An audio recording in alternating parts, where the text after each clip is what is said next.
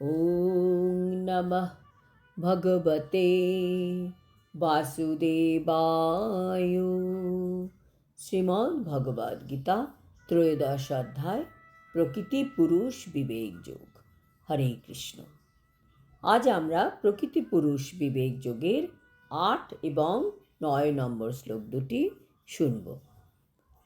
অমানিত্যম অদম্ভিতম অহিংসা শান্তিরার্জবম আচার্যোপাসনম শৌচং স্থৈর্যমাত্মবিনিগ্রহ ইন্দ্রিয়ার্থেষু বৈরাগ্যম মনহংকারো এব চ জন্ম মৃত্যু জরা ব্যাধি দুঃখ দোষানুদর্শনম।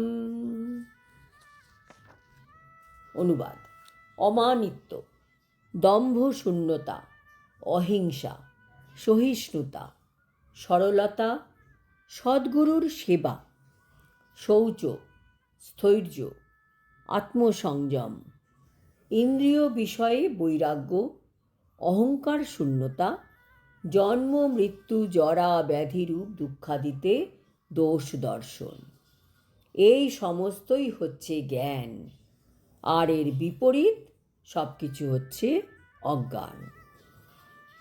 তাৎপর্য: অর্জুন ভগবানকে অনেক প্রশ্ন করছেন। তার মধ্যে অর্জুন জিজ্ঞাসা করলেন, ক্ষেত্র ও ক্ষেত্রজ্ঞ কী? ভগবান তার উত্তরে বললেন, ক্ষেত্র মানে হচ্ছে আমাদের কর্মক্ষেত্র, আর যিনি এই ক্ষেত্র সম্বন্ধে জ্ঞাত তিনিই হচ্ছেন ক্ষেত্রজ্ঞ। আত্মা ও পরমাত্মার মধ্যেও কী পার্থক্য তাও বলা হয়েছে। এখন কৃষ্ণ এই ৮ থেকে ১২ নম্বর শ্লোকে বলবেন কিভাবে এই জ্ঞান লাভ করা যাবে, যার দ্বারা আত্মা, পরমাত্মা, ক্ষেত্র বা কর্মক্ষেত্র সম্বন্ধে আমরা জানতে পারব। কৃষ্ণ এখানে ২০টি বিষয়ে বলবেন, যার দ্বারা আমরা এই জ্ঞান লাভ করতে পারব। যথার্থ জ্ঞান লাভের এই প্রক্রিয়াকে অনেক সময় অল্প বুদ্ধি সম্পন্ন মানুষেরা কর্মক্ষেত্রের পারস্পরিক ক্রিয়া বলে মনে করে। এই পন্থা অবলম্বন করার মাধ্যমেই কেবল পরম তত্ত্বজ্ঞান লাভ করা সম্ভব হতে পারে। এটি ২৪টি মৌলিক তত্ত্বের পারস্পরিক ক্রিয়া নয়। প্রকৃতপক্ষে এটি ওই উপাদানগুলির বন্ধন থেকে মুক্ত হওয়ার প্রক্রিয়া। কিভাবে এই বন্ধন থেকে মুক্ত হওয়া যায়? ২৪টি তত্ত্বের দ্বারা গঠিত একটি পিঞ্জরের মতো দেহের মধ্যে দেহধারী আত্মা আবদ্ধ হয়ে আছে, এবং এখানে বর্ণিত জ্ঞান অর্জনের পন্থাই এর থেকে মুক্ত হবার একমাত্র উপায়। এখন দেখা যাক যে যে বিশেষত্ব এই ২ শ্লোকে বলা হয়েছে তাদের সম্বন্ধে। প্রথমটি হচ্ছে অমানিত্য। অমানিত্যের অর্থ হচ্ছে অপরের কাছ থেকে সম্মান লাভের আকাঙ্ক্ষা করে আত্মতৃপ্তির জন্য উদ্বিগ্ন হওয়া উচিত নয়। বৈষয়িক জীবনে আমরা অপরের কাছ থেকে মান সম্মান পাওয়ার জন্য খুব আগ্রহী থাকি, কিন্তু যিনি পূর্ণ জ্ঞান লাভ করেছেন, যিনি উপলব্ধি করতে পেরেছেন যে তার এই জড় দেহটি তার স্বরূপ নয়, তার কাছে এই জড় দেহগত সম্মান অসম্মান দুটোই সমান। জড়জাগতিক এই মোহের প্রতি লালায়িত হওয়া আমাদের কারোরই উচিত নয়। মানুষ তার ধর্মের মাধ্যমে খ্যাতি অর্জন করতে অত্যন্ত আগ্রহী হয়, এবং পরিণামে অনেক সময় দেখা যায় যে ধর্মের উদ্দেশ্য সম্বন্ধে অবগত না হয়েই সে এমন কোনো দলভুক্ত হয়ে পড়ে যারা যথাযথভাবে ধর্মের নীতিগুলিকে অনুসরণ করে না, এবং তারপর সে নিজেকে ধর্মের কর্ণধার বলে প্রচার করা শুরু করে। পারমার্থিক তত্ত্বজ্ঞান লাভে কে কতটা উন্নতি সাধন করছে তা এই সমস্ত বিষয়গুলির মাধ্যমে বিচার করা যায়। সেকেন্ড পয়েন্ট হচ্ছে অহিংসা। অহিংসা কথাটির সাধারণ অর্থ হত্যা না করা বা দেহ নষ্ট না করা, কিন্তু প্রকৃতপক্ষে অহিংসার অর্থ অপরকে ক্লেশ না দেওয়া।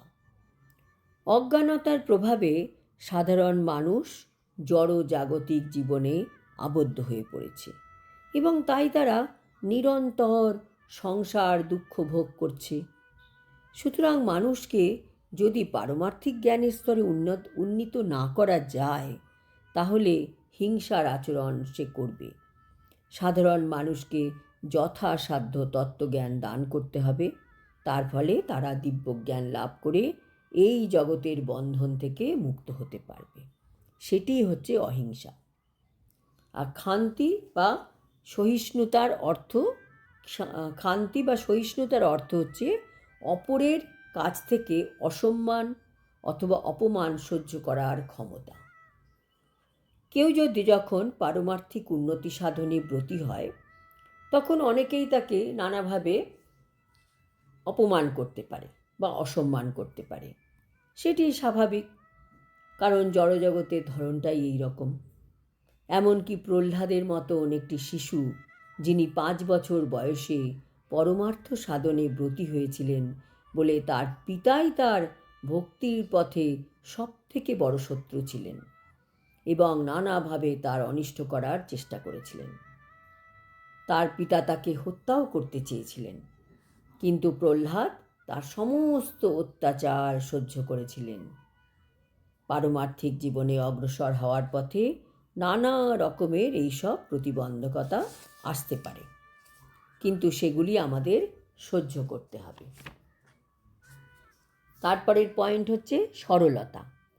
সরলতার অর্থ কূটনীতি না করে নিষ্কপট হওয়া, যাতে শত্রুর কাছেও যথার্থ সত্য খুলে বলা যায়। সেই জন্য গুরু গ্রহণ করা খুবই দরকার, কারণ সদ্গুরুর কাছ থেকে শিক্ষালাভ না করলে পারমার্থিক জীবনে অগ্রসর হওয়া যায় না। নম্রতা ও বিনয়ের সঙ্গে সদ্গুরুর কাছে যেতে হবে এবং তার সেবা করতে হবে, তার সন্তুষ্টি বিধান করে তার আশীর্বাদ লাভ করতে হবে। তবেই এই আধ্যাত্মিক পথে এগোনো যাবে। তারপরে হচ্ছে পারমার্থিক জীবনে উন্নতির জন্য শৌচ মানে হচ্ছে ক্লিনলিনেস, পরিচ্ছন্নতা অত্যন্ত প্রয়োজন। শৌচ 2 রকমের, বাহ্যিক ও আভ্যন্তরীণ। বাহ্যিক শুচিতা হচ্ছে স্নান করা, কিন্তু অন্তরের শুচিতার জন্য সর্বদা শ্রীকৃষ্ণের চিন্তা করতে হবে এবং হরে কৃষ্ণ কৃষ্ণ কৃষ্ণ হরে হরে, হরে রাম রাম রাম হরে হরে এই মহামন্ত্র কীর্তন করতে হবে। এই প্রক্রিয়া পূর্বকৃত কর্মের ফলে সঞ্চিত চিত্তের সমস্ত আবর্জনা পরিষ্কার করে দেবে। তারপরে হচ্ছে স্থৈর্য গুণটির অর্থ পারমার্থিক জীবনে উন্নতি সাধনে দৃঢ় সংকল্প হওয়া। এই ধরনের দৃঢ় সংকল্প ছাড়া যথার্থ উন্নতি সাধন করা সম্ভব নয়। আত্মবিনিগ্রহ অর্থে পারমার্থিক উন্নতির পথে ক্ষতিকর কোনো কিছু গ্রহণ না করা। পারমার্থিক উন্নতি সাধনের বিরোধী সব কিছুই আমাদের বর্জন করতে হবে। সেটিই হচ্ছে যথার্থ বৈরাগ্য। আমাদের এই ইন্দ্রিয়গুলি এতই প্রবল যে তারা সর্বদাই তাদের সুখ খোঁজে। ইন্দ্রিয়ের এই দাবিগুলিকে আমাদের একদম বরদাস্ত করা উচিত নয়, কারণ সেগুলি অনাবশ্যক। ইন্দ্রিয়গুলিকে ততটুকুই সুখ দেওয়া উচিত যাতে পারমার্থিক জীবনে উন্নতি সাধনের উদ্দেশ্যে কর্তব্যগুলি পালন করার জন্য আমরা আমাদের শরীরকে সুস্থ এবং সবল রাখতে পারি। সবচেয়ে গুরুত্বপূর্ণ এবং দুর্দমনীয় ইন্দ্রিয় হচ্ছে আমাদের জিহ্বা।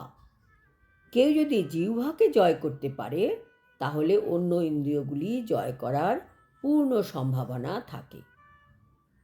কারণ জিহ্বার কাজ হচ্ছে স্বাদ গ্রহণ করা আর স্পন্দন করা, তাই তাকে দমন করার বিধি হচ্ছে সব সময় কৃষ্ণ প্রসাদ গ্রহণ করা এবং হরে কৃষ্ণ মহামন্ত্র কীর্তন করা।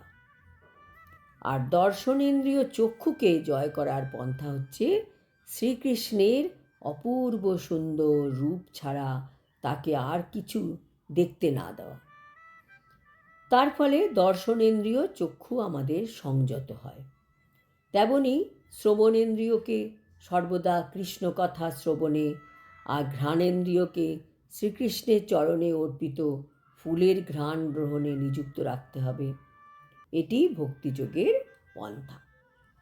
এখানে বুঝতে পারা যায় যে শ্রীমদ্ ভগবদ্গীতা কেবল ভক্তিতত্ত্ব বিজ্ঞানেরই উপস্থাপনা করছে। ভক্তিই মুখ্য উদ্দেশ্য।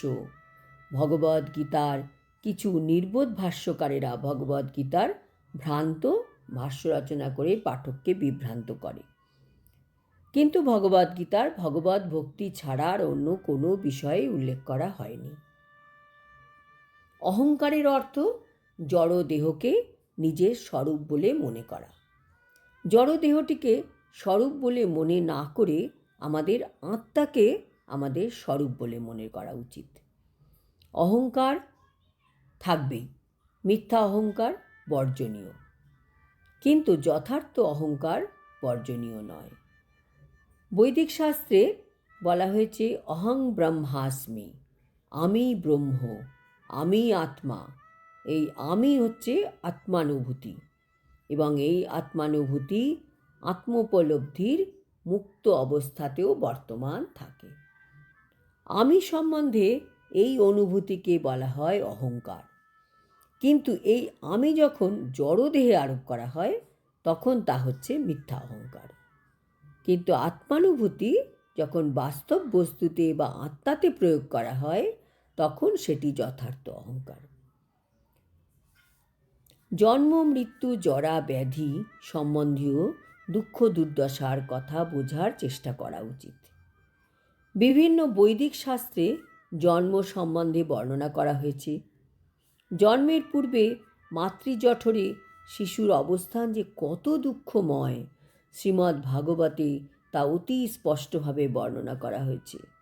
জন্ম যে কত ক্লেশদায়ক তা পূর্ণরূপে জানতে হবে। মাতৃজঠরে যে কী পরিমাণ দুঃখ দুর্দশা আমরা ভোগ করেছি তা ভুলে যাওয়ার ফলেই আমরা জন্ম মৃত্যুর এই আবর্ত থেকে নিস্তার পাওয়ার কোনো সমাধান করি না।